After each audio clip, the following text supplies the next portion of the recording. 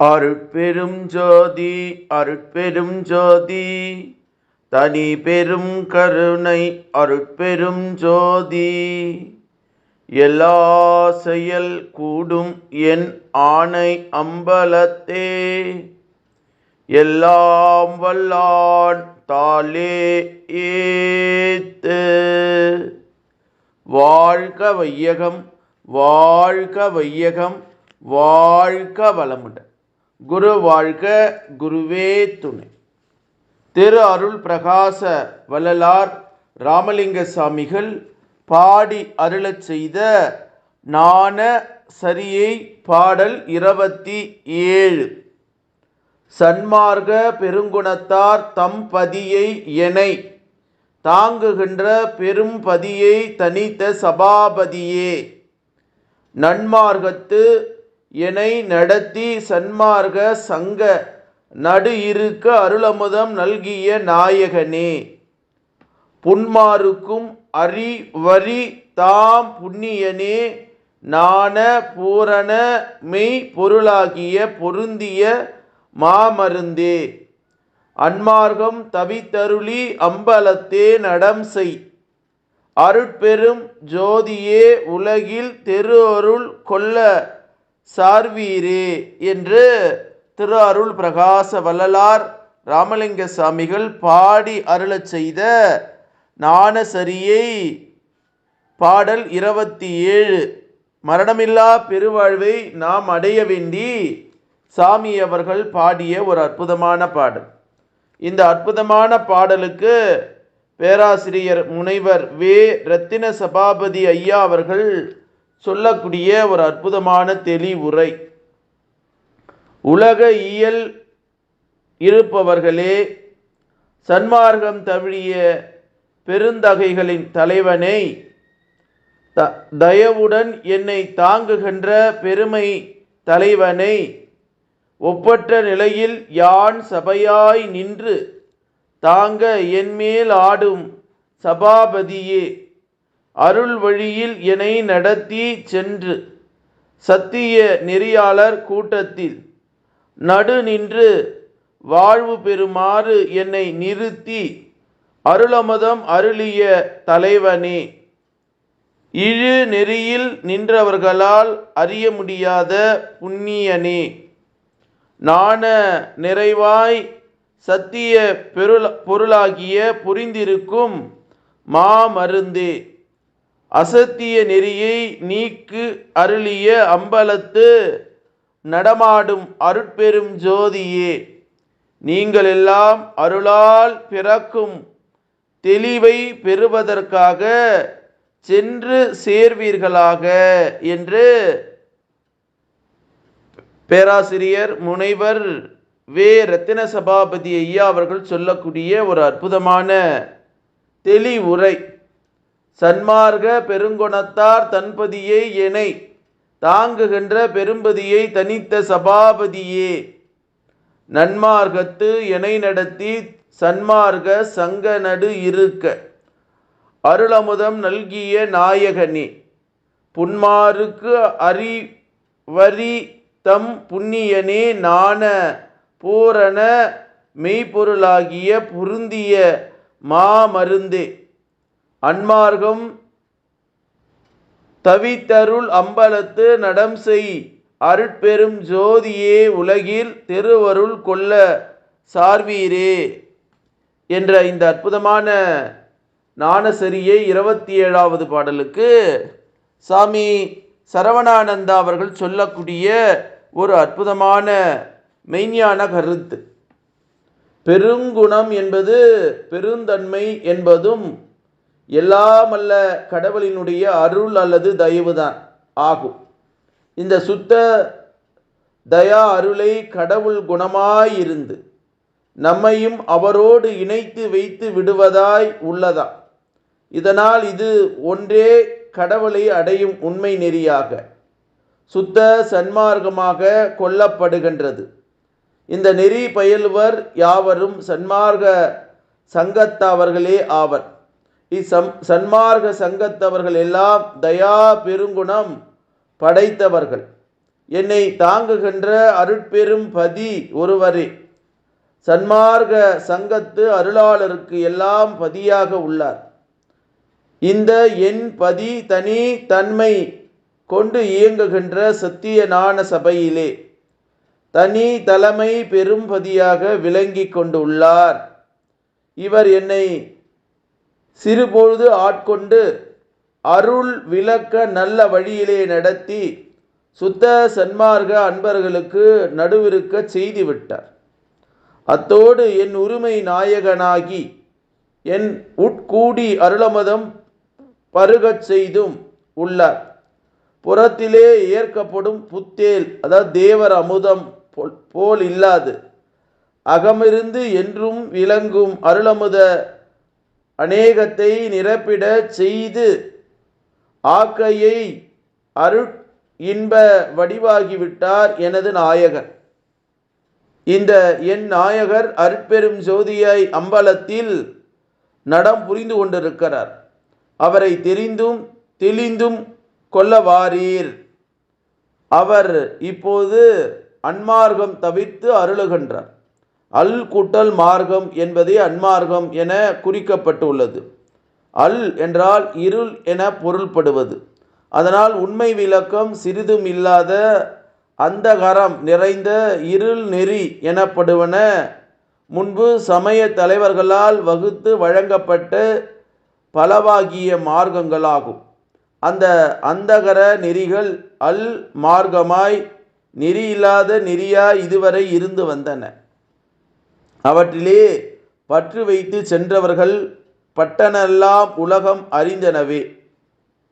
இருள் நெறியில் சென்று முட்டி மோதி கொண்டு வாழ வகை தெரியாது அவயத்தை பட்டபோதெல்லாம் உலகமே அறியுமே. இப்படிப்பட்ட அன்மார்க்கங்களை தவித்து ஒழித்து பொருட்டு அருட்பெரும் ஜோதியோடு எனது பதி வெளிப்பட்டு காட்சி கொடுக்கிறார். அவரிடமிருந்து எப்பக்கமும் விரிந்து விரிந்து செல்லுகின்றது சுத்த சன்மார்க்கமாம் அருட்பெரும் ஜோதி பெருநெறி. இந்நெறி அகத்திலே இருந்து அநேகத்தை விரிந்து பெருகி உள்ளதால் புற உலகத்தாருக்கு விளங்காது இருக்கின்றது. இதனால் இனியும் அந்த பழமையான இருள் நெறிகளிலே சென்று கொண்டு இருக்காதீர்கள் போலும். நீங்கள் என்ன செய்வீர்கள்? பாவம்.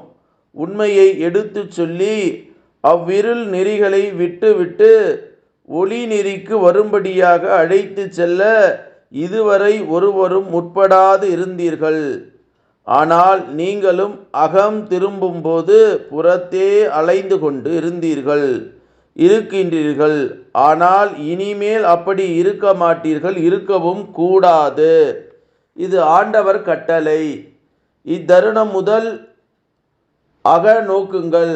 அகத்திலே விளங்கும் அருட்பெரும் ஜோதிபதியும் அருட்பெரும் நெறியும் கண்டுகொள்ளுங்கள். எனது அருட்பெரும் ஜோதிபதியே ஒரு பெரும் மருந்தாக உள்ளார். அவர் எல்லா பிணிகளையும் பிணக்குகளையும் போக்கக்கூடிய வல்லவர். இறப்பை ஒழிக்கக்கூடிய அருட்பெரும் அற்புத மருந்தாக இருக்கிறார். அப்பதி மருந்து எல்லா புண்ணியமே திரண்டு ஒருவனதாகும்.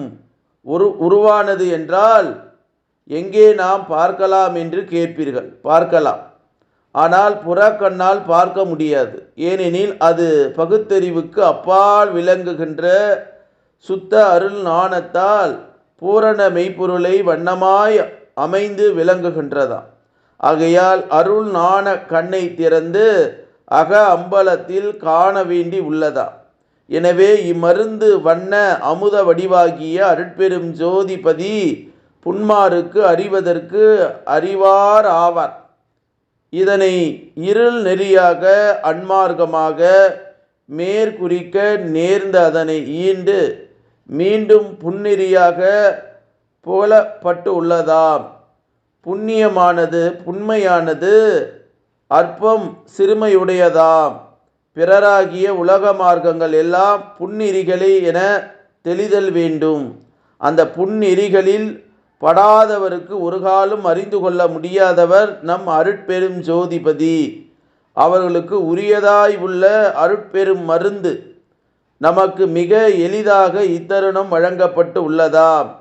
நீங்கள் ஒரு நெறியின் பயன் கொண்டு ஆனந்தித்து வாழ்வதைக் கண்டு பிறரும் தம் அடர் இருள் இடர் நீரிகளை விட்டுவிட்டு இங்கே வந்து சேர்ந்து கொள்ளுங்கள், பெருந்தன்மை பெற்றுக்கொள்வார்கள், பெருநன்மையும் பெற்றுக்கொள்வார்கள் என்று இந்த அற்புதமான நாண சரியை பாடலுக்கு சாமி சரவணானந்தா அவர்கள் சொல்லக்கூடிய ஒரு அற்புதமான செய்தி.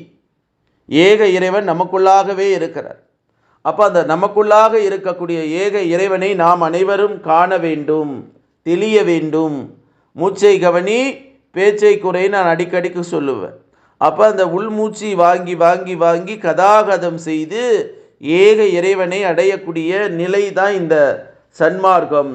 ஆகவே அருட்பெரும் ஜோதியர் உலகத்தில் இருக்கக்கூடியவர்கள் உலகசார் எல்லாரும் வந்து நீங்கள் எல்லாம் அருள் பிறக்கும் தெளிவை பெறுவதற்கு சென்று சேருவீர்கள். ஆகவே வருவார் அழைத்து வாடி வடலூர் வட திசைக்கு வந்தால் நல்ல வரமே பெறலாம் என்று வள்ளல் பெருமான் அழைக்கிறார்.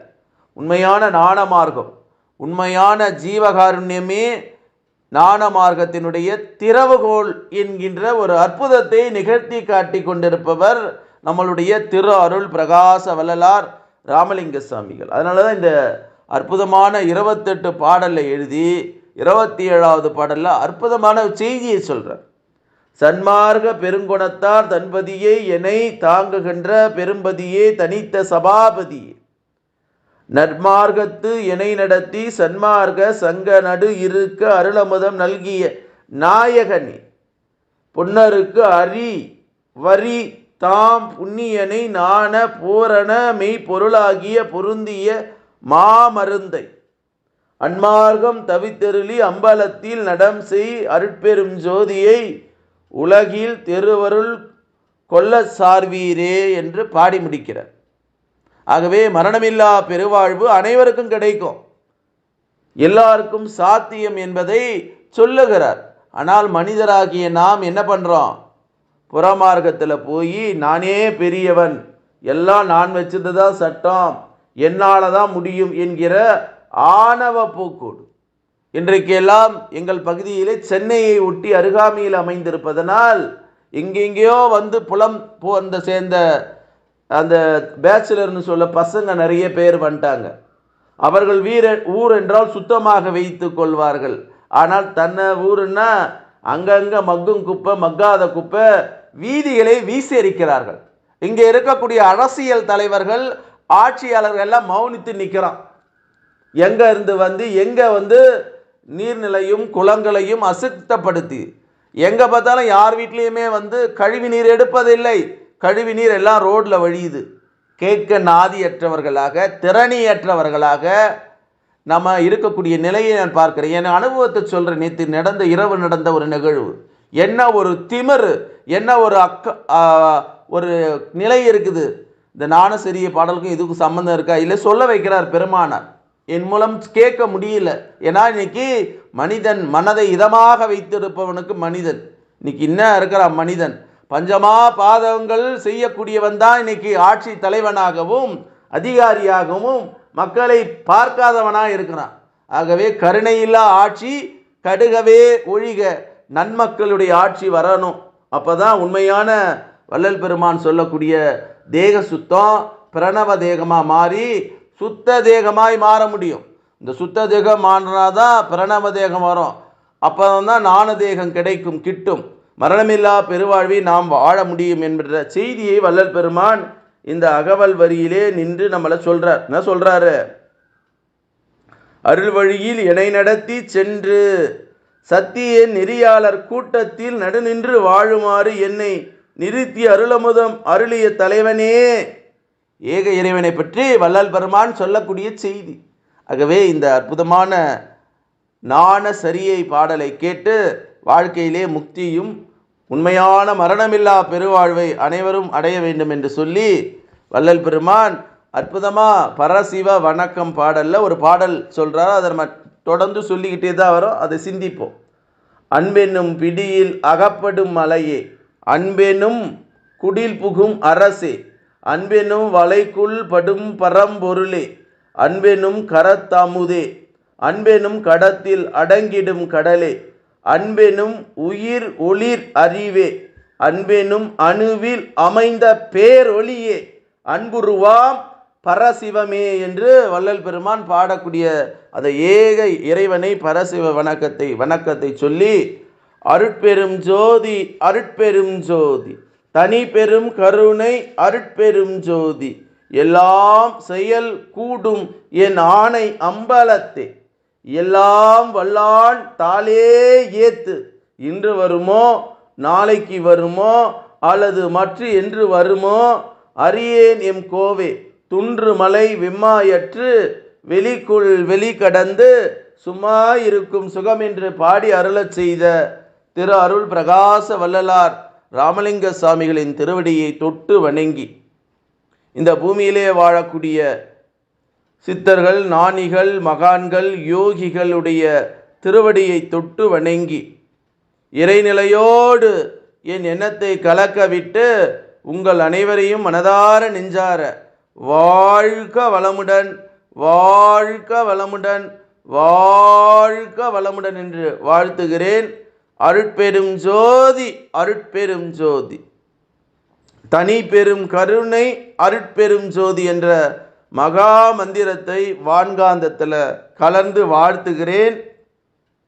நன்றி, வணக்கம், வாழ்க வளமுடன்.